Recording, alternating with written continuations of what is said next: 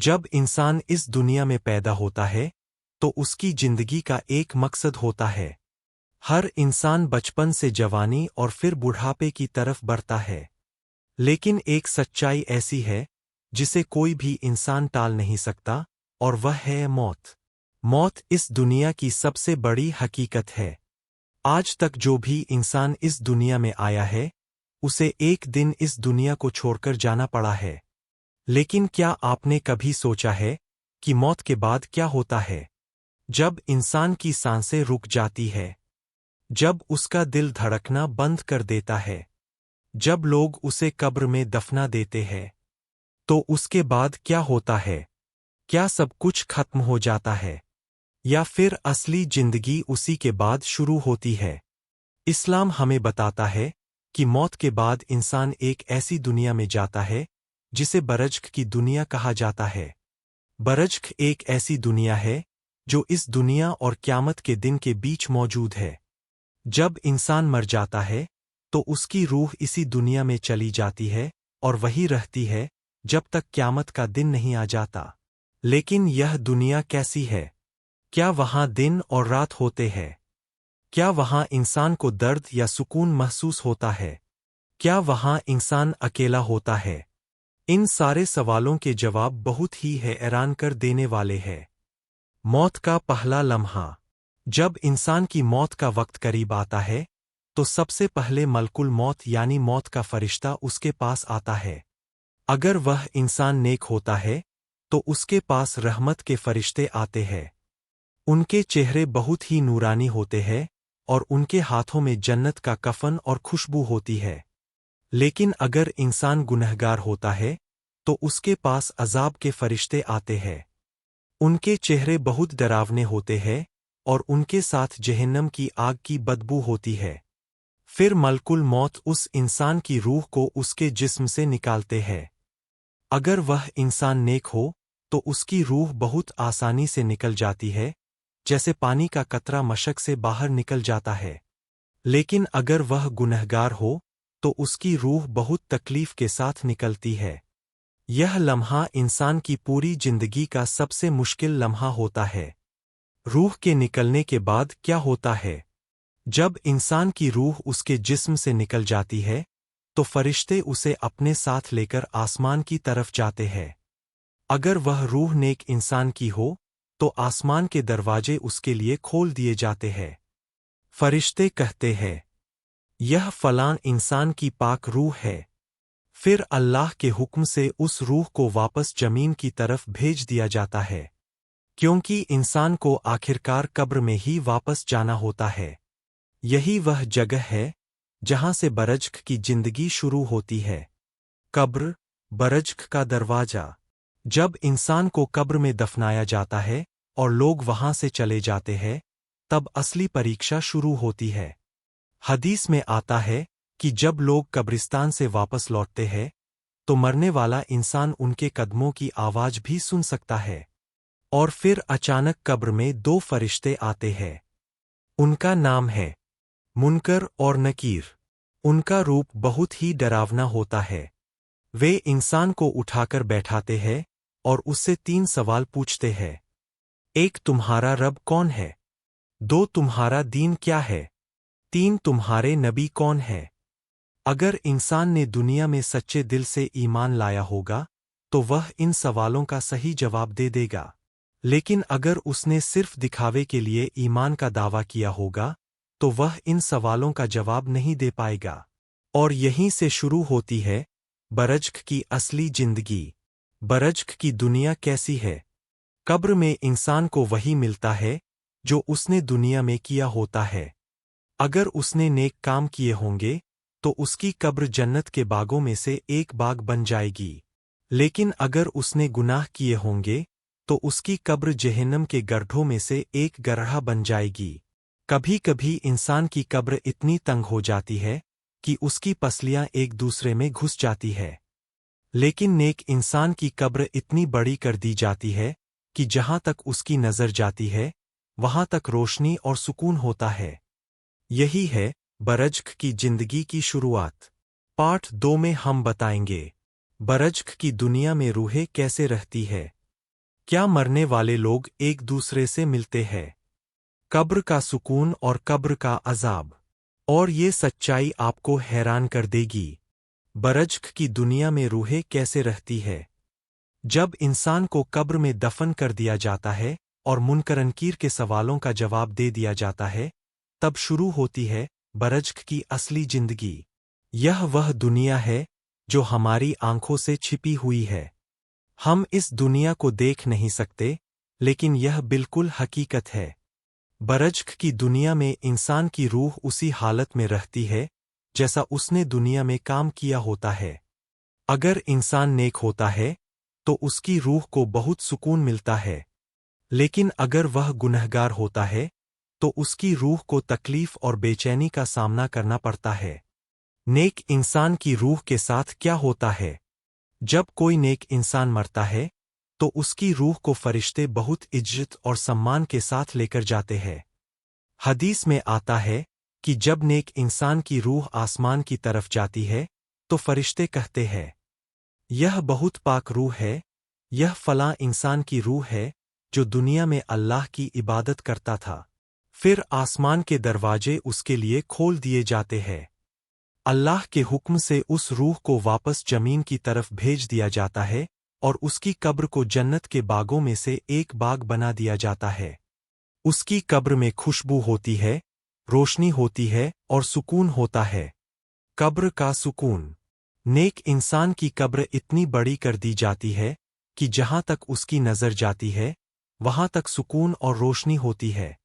फिर उसके सामने जन्नत का एक दरवाज़ा खोल दिया जाता है। उस दरवाजे से जन्नत की ठंडी हवा और खुशबू आती रहती है। और उस इंसान से कहा जाता है, सो जाओ ऐसे जैसे कोई दुल्हन अपनी शादी की रात सोती है। यानी वह इंसान बहुत सुकून और आराम में रहता है। गुनहगार इंसान की रूह के साथ क्या होता है? लेकिन अगर इंसान ने अपनी जिंदगी गुनाहों में गुजारी हो, अगर उसने अल्लाह के हुक्मों की नाफरमानी की हो, तो उसकी रूह के साथ बिल्कुल अलग व्यवहार होता है। जब उसकी रूह निकाली जाती है तो फरिश्ते उसे बहुत सख्ती से पकड़ते हैं। फिर जब उसे आसमान की तरफ ले जाया जाता है तो आसमान के दरवाजे उसके लिए नहीं खोले जाते और फरिश्तों से कहा जाता है, इस रूह को वापस जमीन की तरफ फेंक दो। फिर वह रूह बहुत तेजी से नीचे गिरती है और वापस अपने जिस्म के पास आ जाती है। कब्र का अजाब। गुनहगार इंसान की कब्र बहुत तंग कर दी जाती है। कभी कभी इतनी तंग कि उसकी पसलियां एक दूसरे में घुस जाती है। फिर उसके सामने जहन्नम का एक दरवाज़ा खोल दिया जाता है। उस दरवाजे से आग की गर्मी और जहन्नम की बदबू आती रहती है। और उस इंसान को बताया जाता है, यह तुम्हारा ठिकाना है क़यामत के दिन। यह सुनकर उसकी रूह डर और तकलीफ में रहती है। क्या मरने वाले लोग एक दूसरे से मिलते हैं? बरज़ख की दुनिया के बारे में एक बहुत दिलचस्प सवाल यह है, क्या मरने वाले लोग एक दूसरे से मिलते हैं? कई इस्लामी विद्वानों का कहना है कि नेक लोगों की रूहें एक दूसरे से मिल सकती है। जब कोई नया इंसान मरकर बरज़ख में आता है तो वहां मौजूद रूहें उससे पूछती है, दुनिया में क्या हुआ? फलां इंसान कैसा है? क्या वह अभी जिंदा है? लेकिन अगर उन्हें पता चलता है कि कोई इंसान मरकर उनके पास नहीं आया, तो वे समझ जाते हैं कि शायद वह इंसान किसी और जगह यानी अजाब में होगा। बरज़ख की दुनिया का वक्त। बरज़ख की दुनिया में समय का एहसास हमारी दुनिया जैसा नहीं होता। कभी कभी हजारों साल भी इंसान को बहुत कम लगते हैं और कभी कभी थोड़ा सा समय भी बहुत लंबा महसूस होता है। यही वजह है कि जब क़यामत का दिन आएगा तो बहुत से लोग कहेंगे, हम तो कब्र में सिर्फ थोड़ी देर ही रहे थे। पार्ट 3 में हम बताएंगे, कब्र का अजाब किन गुनाहों की वजह से होता है, कब्र में कौन कौन से डरावने अजाब दिए जाते हैं और कौन से अच्छे काम इंसान को कब्र के अजाब से बचा सकते हैं। और यह सच जानकर आप हैरान रह जाएंगे, कब्र का अजाब किन गुनाहों की वजह से होता है। जब इंसान इस दुनिया में रहता है तो अक्सर उसे लगता है कि उसके हर काम को कोई नहीं देख रहा। वह सोचता है कि जो चाहे कर सकता है और कोई हिसाब नहीं होगा। लेकिन इस्लाम हमें बताता है कि हर छोटा और बड़ा काम लिखा जा रहा है, और जब इंसान मर जाता है तो उसके उन्हीं कामों का असर उसकी कब्र की जिंदगी पर पड़ता है। कुछ ऐसे गुनाह हैं जिनकी वजह से इंसान को कब्र का अजाब दिया जाता है। पहला गुनाह, झूठ बोलना। झूठ बोलना एक ऐसा गुनाह है जो इंसान को बहुत बड़ी मुसीबत में डाल सकता है। हदीस में आता है कि कुछ लोगों को कब्र में बहुत डरावना अजाब दिया जाएगा। उनमें से एक वह इंसान होगा जो दुनिया में झूठ बोलता था और झूठ फैलाता था। ऐसे इंसान के बारे में बताया गया है कि क़यामत से पहले उसे कब्र में अजाब दिया जाएगा। फरिश्ते उसके चेहरे को लोहे के औजारों से फाड़ेंगे और फिर उसका चेहरा वापस ठीक हो जाएगा, और यह सिलसिला बार बार चलता रहेगा। यह अजाब इसलिए होगा क्योंकि उसने अपनी जिंदगी में झूठ से लोगों को धोखा दिया। दूसरा गुनाह, नमाज छोड़ना।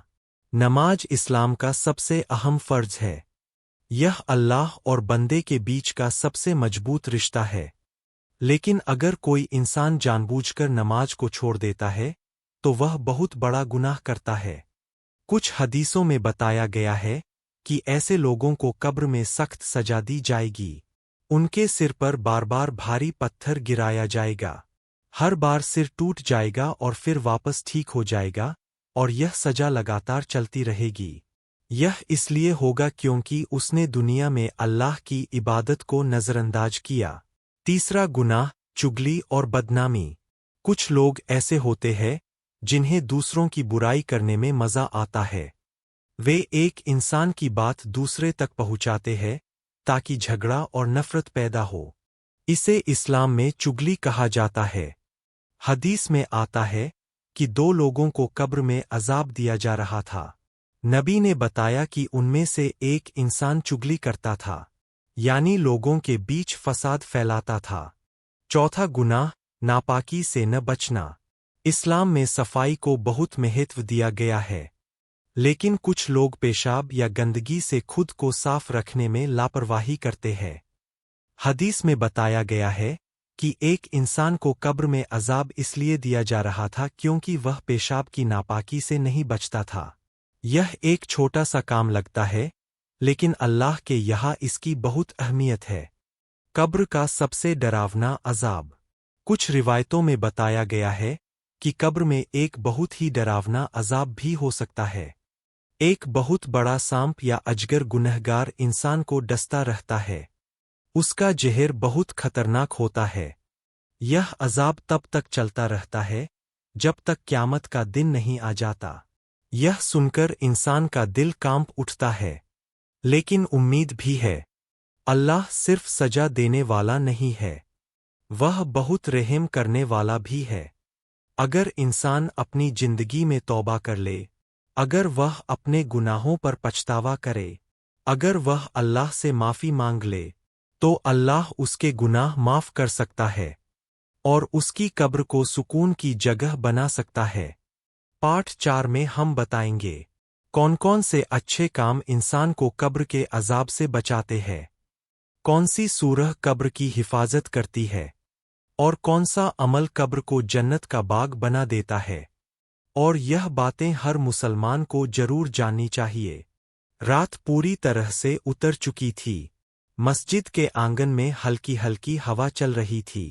आसमान में चांद बादलों के पीछे छुप छुप कर निकल रहा था, जैसे वो भी इस रात के राज को देखना चाहता हो। आरिफ मस्जिद के दरवाजे के पास खड़ा था। उसके हाथ अब भी हल्के हल्के कांप रहे थे। आज जो कुछ उसने देखा था वो उसकी समझ से बाहर था। क्या सच में मैंने वो देखा था? उसने धीरे से खुद से पूछा। मस्जिद के अंदर अजीब सी खामोशी थी। आमतौर पर इस वक्त तक कोई न कोई नमाज पढ़ने या तिलावत करने आ जाता था, मगर आज पूरा माहौल अलग था। आरिफ ने धीरे धीरे अंदर कदम रखा। जैसे ही उसने पहला कदम अंदर रखा, उसे फिर वही ठंडी हवा महसूस हुई जो शाम को हुई थी। उसका दिल तेज धड़कने लगा। या अल्लाह, ये सब क्या है? उसने दिल में दुआ की। अचानक आई वो आवाज। जैसे ही आरिफ मिहराब के पास पहुंचा, अचानक मस्जिद के एक कोने से हल्की सी आवाज आई। टक। आरिफ तुरंत रुक गया। उसने पीछे मुड़कर देखा, मगर वहां कोई नहीं था। मगर आवाज साफ थी। फिर दोबारा। टक टक। इस बार आवाज ज्यादा साफ थी। आरिफ धीरे धीरे उस कोने की तरफ बढ़ने लगा। हर कदम के साथ उसका दिल और तेज धड़क रहा था। उसके दिमाग में कई सवाल घूम रहे थे। क्या कोई अंदर छुपा हुआ है? या फिर वो चीज सच में मौजूद है जो लोगों को डराती है? दीवार के पीछे का राज। जैसे ही आरिफ उस कोने के पास पहुंचा, उसने देखा कि वहां दीवार के पास एक पुरानी लकड़ी की अलमारी रखी थी। मस्जिद में ये अलमारी पहले कभी नहीं थी। ये यहाँ कब आई? आरिफ ने हैरानी से सोचा। वो धीरे धीरे उसके पास गया। अलमारी पुरानी थी। उस पर धूल जमी हुई थी, मगर ऐसा लग रहा था जैसे किसी ने हाल ही में उसे छुआ हो। आरिफ ने कांपते हुए हाथ से अलमारी का हैंडल पकड़ा। उसने धीरे धीरे उसे खोलने की कोशिश की, मगर अलमारी बंद थी, जैसे किसी ने उसे अंदर से लॉक किया हो। आरिफ का दिल एक पल के लिए रुक सा गया। अंदर कोई है क्या? उसने धीरे से पूछा। कोई जवाब नहीं आया, मगर अचानक अलमारी के अंदर से किसी के सांस लेने की आवाज आई। डर और हिम्मत की जंग। आरिफ तुरंत पीछे हट गया। उसके दिमाग में सिर्फ एक ही ख्याल था, अंदर कोई है। मगर कौन? और मस्जिद के अंदर क्यों छुपा हुआ है? उसने कुछ सेकंड तक सोचा। फिर उसने फैसला किया, जो भी है, आज पता लगाना ही होगा। वो दोबारा अलमारी के पास गया। इस बार उसने जोर से हैंडल खींचा। पहली बार कुछ नहीं हुआ। दूसरी बार अलमारी हल्की सी हिली। तीसरी बार चर्रर। अलमारी का दरवाजा अचानक खुल गया। अंदर जो था, वो किसी ने सोचा भी नहीं था। जैसे ही दरवाजा खुला, आरिफ की आंखें फैल गईं। अलमारी के अंदर एक छोटा सा रास्ता था।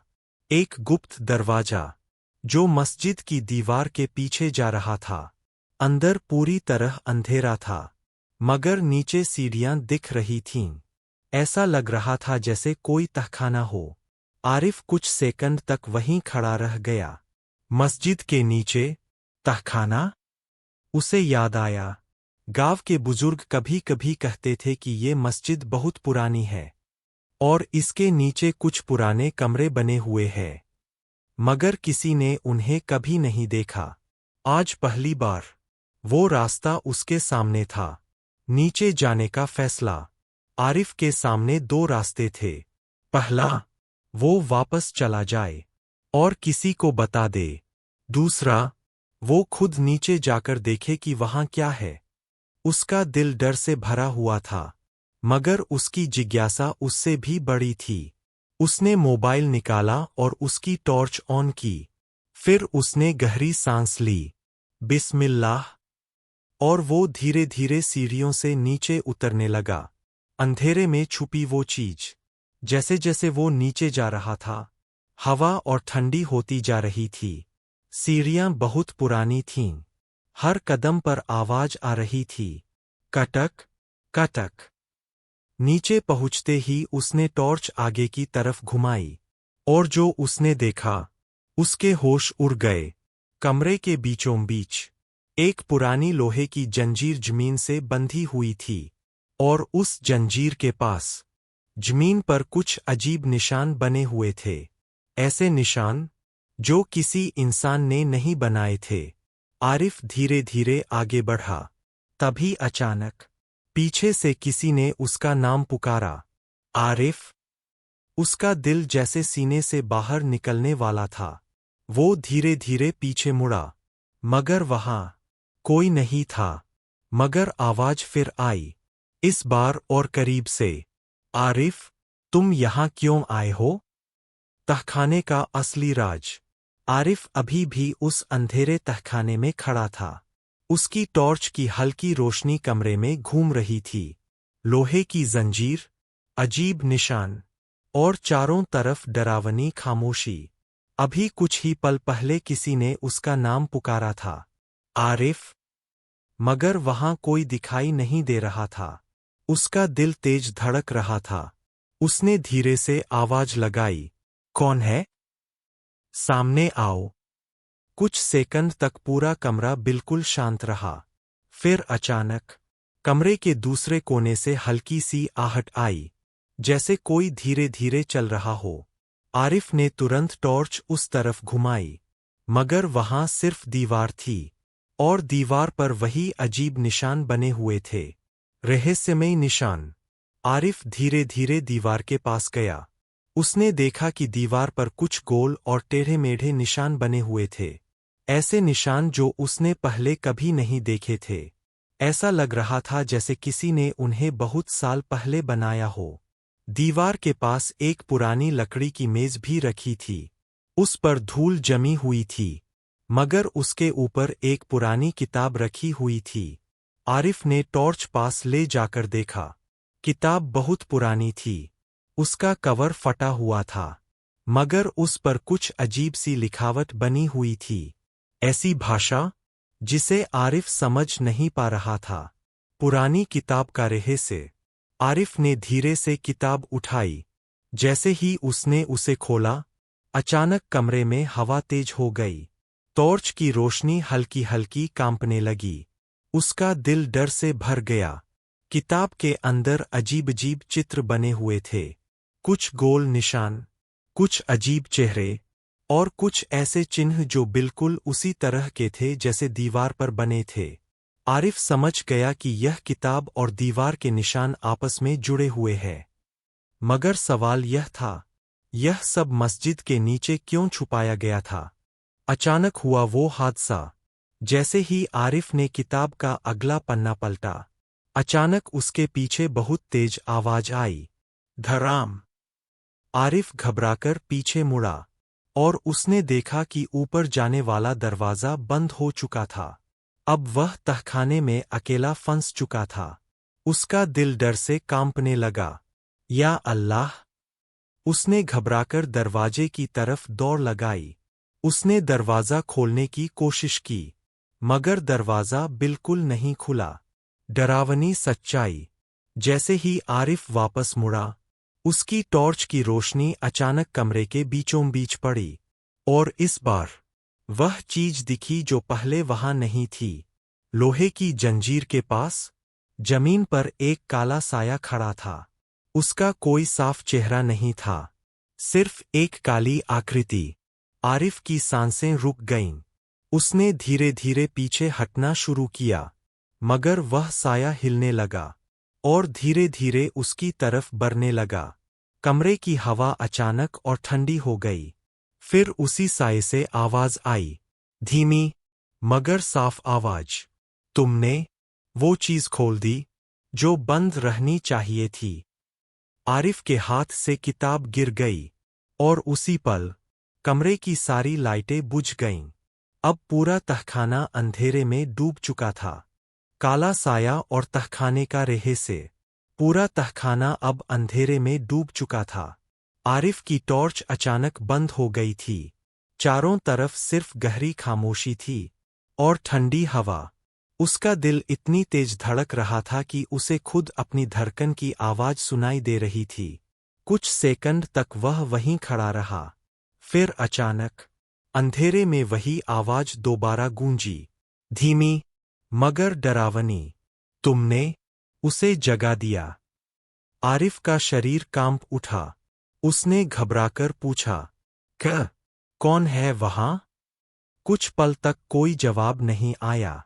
फिर अचानक कमरे के बीचों बीच हल्की सी रोशनी दिखाई दी, और उसी रोशनी में वह काला साया फिर दिखाई देने लगा। साये का असली रूप।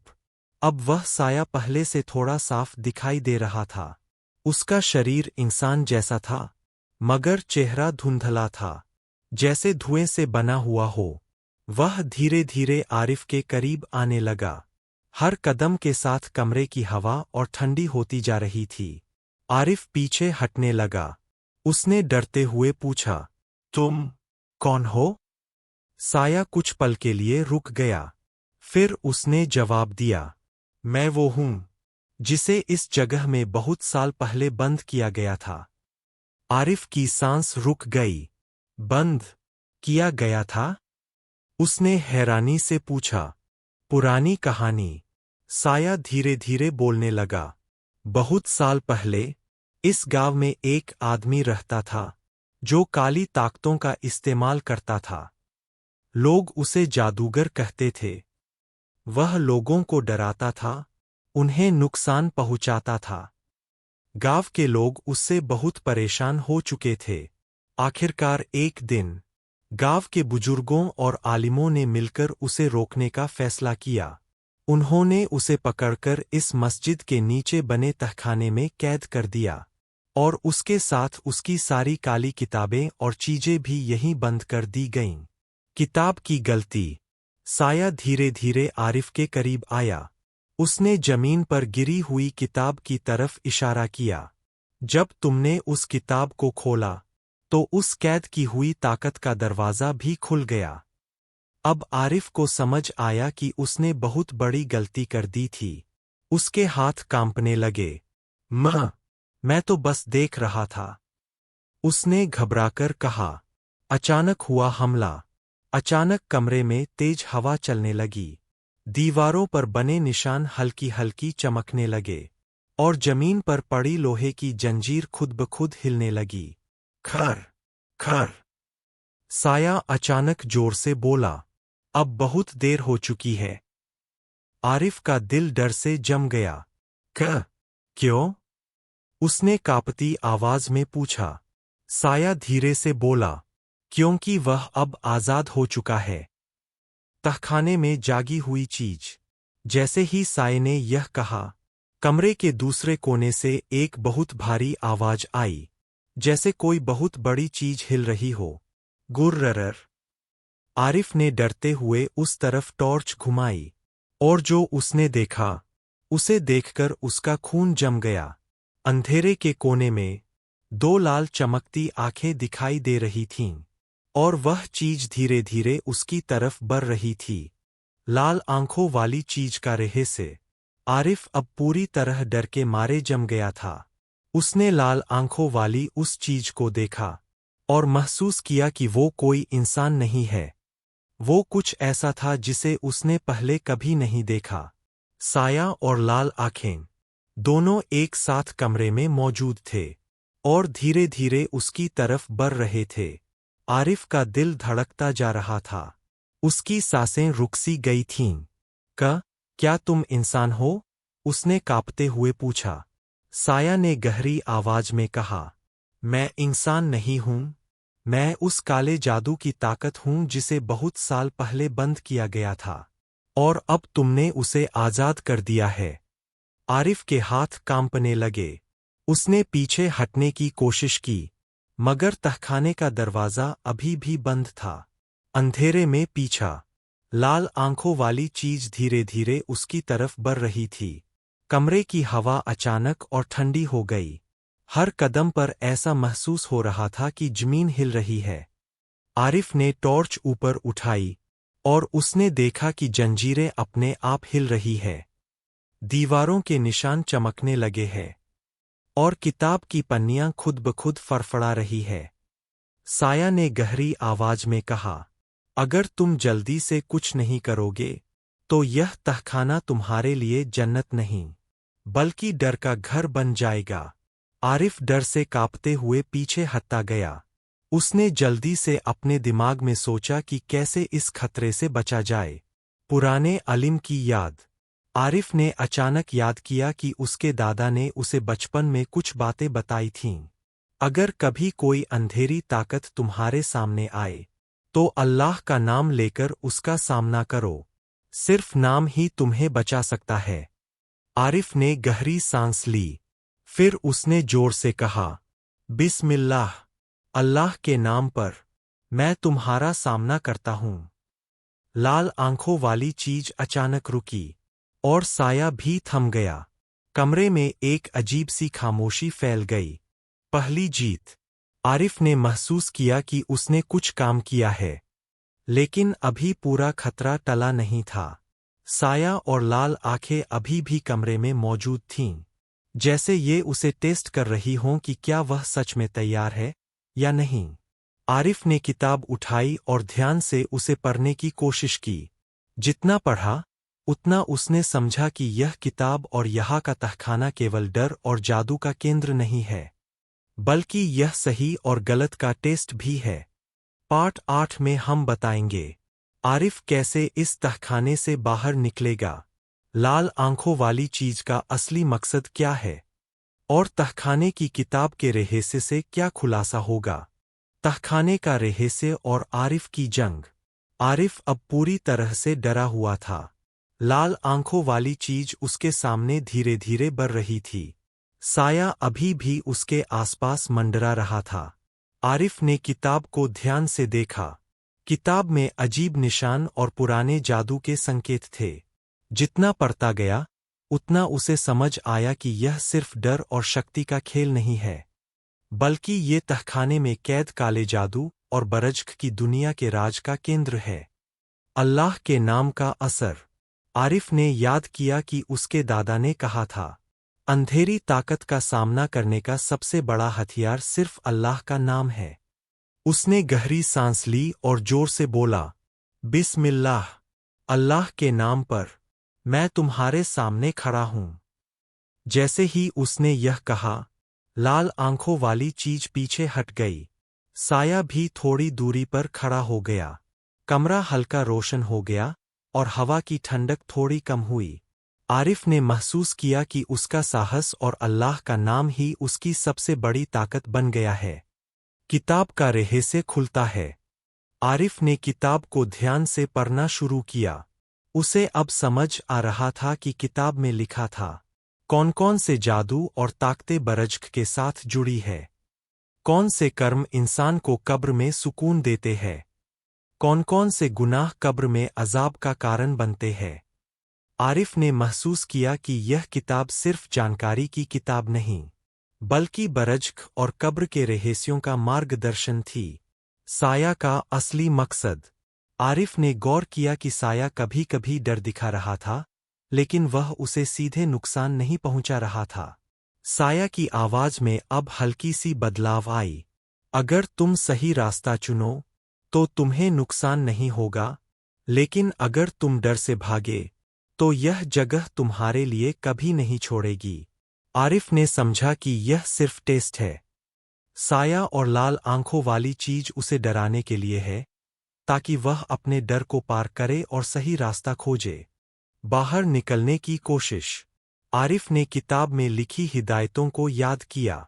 उसे समझ आया कि तहखाने से बाहर निकलने का तरीका है अल्लाह का नाम लगातार याद करना, साहस के साथ कदम बढ़ाना, किताब के संकेतों के अनुसार रास्ता ढूंढना।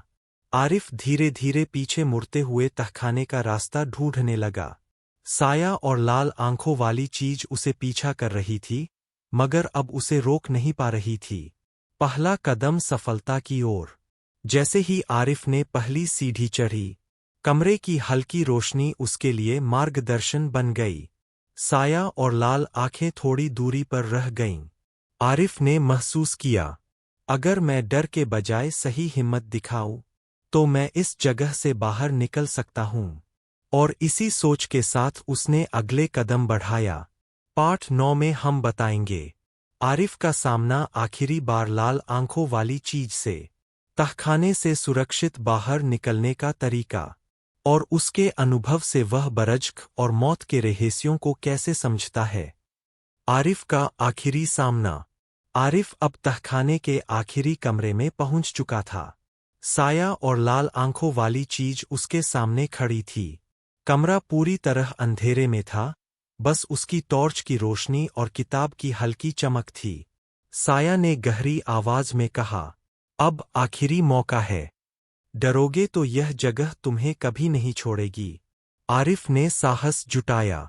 उसने किताब को हाथ में पकड़ा और जोर से बोला, बिस्मिल्लाह, अल्लाह के नाम पर मैं तुम्हारा सामना करता हूँ। लाल आंखों वाली चीज का हमला। जैसे ही उसने यह कहा, लाल आंखों वाली चीज अचानक तेज गति से उसकी तरफ बढ़ी। कमरे की हवा और ठंडी हो गई और हर चीज हिलने लगी। आरिफ डर के बजाय अपने कदम आगे बढ़ाता गया।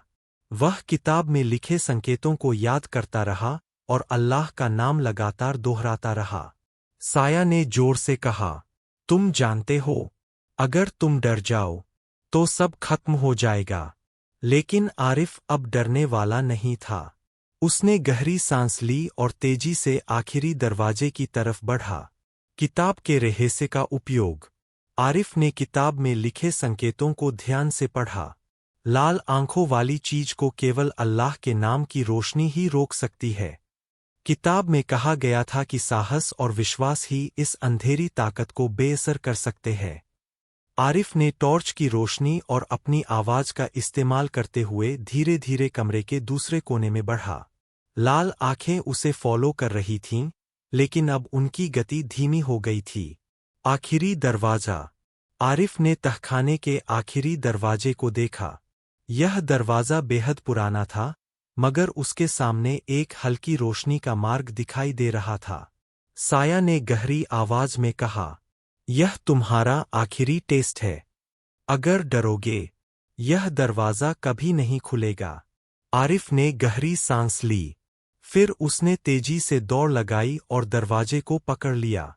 लाल आंखों वाली चीज और साया उसके पीछे थे, मगर उसने अल्लाह का नाम लगातार दोहराया। बाहरी दुनिया में वापसी। आरिफ ने दरवाजा खोला और अचानक साफ रोशनी कमरे में फैल गई। लाल आंखों वाली चीज पीछे हट गई और तहखाने की हवा सामान्य हो गई। आरिफ बाहर आ गया। मस्जिद का आंगन अब शांत और सुरक्षित लग रहा था। उसने किताब को ध्यान से संभाला और महसूस किया कि यह किताब और यह तहखाना सिर्फ डर और जादू के लिए नहीं, बल्कि इंसान के विश्वास, हिम्मत और अल्लाह के नाम पर भरोसे की परीक्षा के लिए बनाए गए थे। पाठ 10 में हम बताएंगे आरिफ के अनुभव का मतलब बरज़्क और मौत के रहस्यों में, कैसे नेक कर्म और अल्लाह की याद इंसान को कब्र में सुकून देते हैं, और कहानी का अंतिम संदेश जिससे हर इंसान सीख सकता है। आरिफ का अनुभव और बरज़्क की सीख। आरिफ अब मस्जिद के बाहर खड़ा था। तहखाने की डरावनी यादें अभी भी उसके दिमाग में ताज़ा थीं। लाल आंखों वाली चीज और साया अब दूर खड़े थे, और उसका सामना जीतकर वह सुरक्षित बाहर आया था। उसने महसूस किया कि यह अनुभव सिर्फ डर का नहीं था, बल्कि यह एक सीख और चेतावनी थी। अल्लाह का नाम सबसे बड़ी ताकत है। साहस और भरोसा इंसान को हर अंधेरी ताकत से बचा सकते हैं। अच्छे कर्म और नेक इरादे बरज़्क और कब्र में सुकून देते हैं। बरज़्क की दुनिया की समझ। आरिफ ने किताब को ध्यान से देखा। अब उसे समझ आ गया था कि तहखाने और लाल आंखों वाली चीज सिर्फ दुनिया की दिखती चीजें नहीं थीं। ये बरज़्क की दुनिया और मौत के बाद की हकीकत का प्रतीक थीं। नेक इंसान की रूह को सुकून और रोशनी मिलती है। गुनहगार इंसान को कब्र में अजाब और डर का सामना करना पड़ता है। अल्लाह की याद और नेक कर्म ही इंसान को बरज़्क में सुरक्षित रखते हैं। नेक कर्मों का महत्व। किताब में लिखा था कि रोज़ाना नमाज पढ़ना, अल्लाह की इबादत करना, लोगों के साथ ईमानदारी और अच्छाई बरतना, ज़कात, दान और दूसरों की मदद करना, ये सभी कर्म इंसान को कब्र में जन्नत के बागों जैसा सुकून देते हैं। आरिफ ने महसूस किया कि अगर वह ये बातें याद रखेगा और जीवन में अपनाएगा, तो उसे कोई डर नहीं सताएगा। कहानी का संदेश। आरिफ ने किताब को संभाला और दुआ की, हे अल्लाह, मुझे नेक कर्म करने की तौफीक दे, ताकि मैं मौत के बाद भी सुकून में रह सकूं, और मुझे हमेशा अपने नाम का सहारा लेने की याद दिलाते रहो। उसने जाना कि मौत सिर्फ अंत नहीं है, बल्कि यह बरज़्क और इंसान की रूह की असली दुनिया की शुरुआत है। आखिरी दृश्य। आरिफ ने मस्जिद की तरफ देखा। चांदनी में मस्जिद की झिलमिलाहट और शांत हवा ने उसे यह एहसास दिलाया, अगर इंसान नेक हो, साहसी हो और अल्लाह की याद में रहे, तो बरज़ख में कोई डर नहीं, बल्कि हर सच्चा इंसान अपनी कब्र में जन्नत का अनुभव कर सकता है। आरिफ ने मुस्कुराते हुए किताब अपने बैग में रखी और घर की तरफ चल पड़ा। उसका दिल अब डर से नहीं, बल्कि शांति और भरोसे से भरा हुआ था। इस 12 पार्ट वाली सीरीज का समापन यही है। सीख: बरज़ख और मौत का डर केवल अज्ञान और गुनाहों की वजह से होता है। नेक कर्म और अल्लाह का नाम इंसान को सुकून और सुरक्षा देते हैं। हर मुसलमान को मौत और बरज़ख की हकीकत को समझकर अपने जीवन में सुधार करना चाहिए। बरज़ख में नेक और गुनहगार आत्माओं की कहानियाँ। आरिफ ने अब तहखाने से बाहर आकर खुद को सुरक्षित पाया था, लेकिन उसकी जिज्ञासा अभी भी शांत नहीं हुई थी। उसने सोचा, बरज़ख की दुनिया में और क्या-क्या होता है? नेक आत्माओं और गुनहगारों की कहानी क्या है? नेक आत्माओं की स्थिति। आरिफ ने किताब में पढ़ा कि बरज़ख में नेक आत्माओं को बहुत सुकून मिलता है। उनकी कब्रें जन्नत के बागों जैसी रोशनी और खुशबू से भर जाती है। फरिश्ते उनकी रूह को सम्मान के साथ उठाते हैं। कब्र के चारों तरफ रोशनी और हवादार वातावरण होता है। उन्हें जन्नत के बागों और ठंडी हवा का अनुभव कराया जाता है। एक उदाहरण पढ़कर आरिफ को बहुत तसल्ली मिली। किताब में लिखा था, एक बच्चा जिसने अपने जीवन में सिर्फ अच्छाई की, उसकी रूह के लिए कब्र का हर कोना जन्नत जैसा बन जाता है। गुनहगार आत्माओं की स्थिति। लेकिन गुनहगार इंसानों की कहानी बिल्कुल अलग थी। किताब में लिखा था कि उनकी कब्रें तंग और अंधेरी होती है। जहन्नम की आग की तरह गर्मी और डर उनका सताते हैं। फरिश्ते उनसे सवाल पूछते हैं, और जो जवाब नहीं दे पाते, उन्हें अजाब दिया जाता है।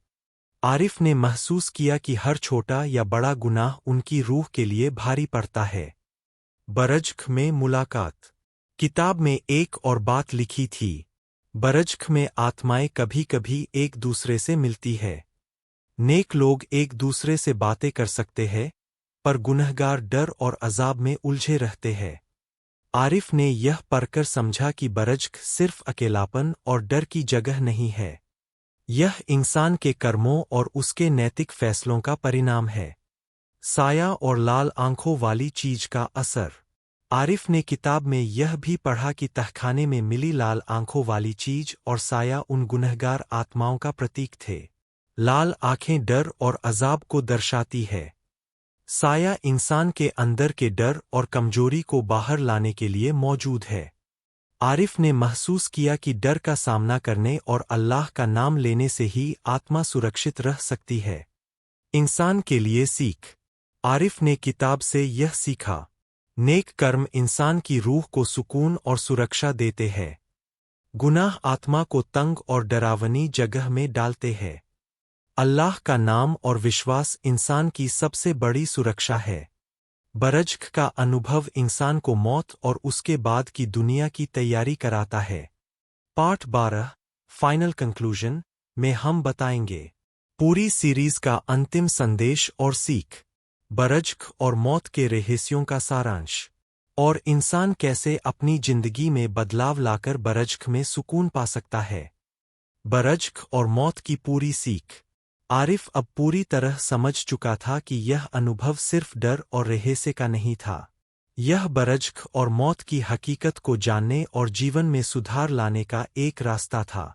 बरज़ख की दुनिया का सार। किताब और तहखाने के अनुभव से उसे यह सीख मिली, नेक आत्माएं, उनकी कब्रें जन्नत के बागों जैसी रोशनी और सुकून से भर जाती है। फरिश्ते उन्हें सम्मान और आराम देते हैं। नेक कर्म, अल्लाह की याद और इबादत उन्हें हमेशा सुरक्षित रखते हैं। गुनहगार आत्माएं, उनकी कब्रें अंधेरी और डरावनी होती है। अजाब और डर उन्हें सताते हैं। गुनाह उनका पीछा करते हैं और उनका सामना करना जरूरी होता है। लाल आंखों और साये का प्रतीक। आरिफ ने समझा कि तहखाने में लाल आंखों वाली चीज और साया केवल डर और अजाब का प्रतीक थे। लाल आंखें, अंधेरी ताकत और गुनाह। साया, इंसान के अंदर के डर और कमजोरी। सीख, डर का सामना और अल्लाह का नाम ही आत्मा की सुरक्षा करता है। इंसान के लिए अंतिम संदेश। आरिफ ने किताब संभाली और खुद से कहा, अगर मैं नेक कर्म करूंगा, अल्लाह की याद रखूंगा और अपने गुनाहों से तौबा करूंगा, तो मौत के बाद मुझे सुकून मिलेगा और मेरी रूह बरज़ख में भी सुरक्षित रहेगी। रोज़ाना नमाज, दान और इबादत, नेक इरादे और अच्छाई, अल्लाह का नाम और भरोसा, ये सारे कर्म इंसान को बरज़ख में सुरक्षा और सुकून देते हैं। आखिरी दृश्य। आरिफ मस्जिद के बाहर खड़ा था। चांदनी में मस्जिद की झिलमिलाहट और शांत हवा ने उसे एहसास दिलाया, मौत सिर्फ अंत नहीं है, बल्कि यह बरज़ख और इंसान की रूह की असली दुनिया की शुरुआत है। और जो इंसान अपने जीवन में नेक कर्म करता है, वही इस दुनिया और अगली दुनिया में सुकून पाता है। आरिफ मुस्कुराया और धीरे धीरे घर की ओर चल पड़ा। उसका दिल अब डर से नहीं, बल्कि शांति, विश्वास और अल्लाह के भरोसे से भरा हुआ था।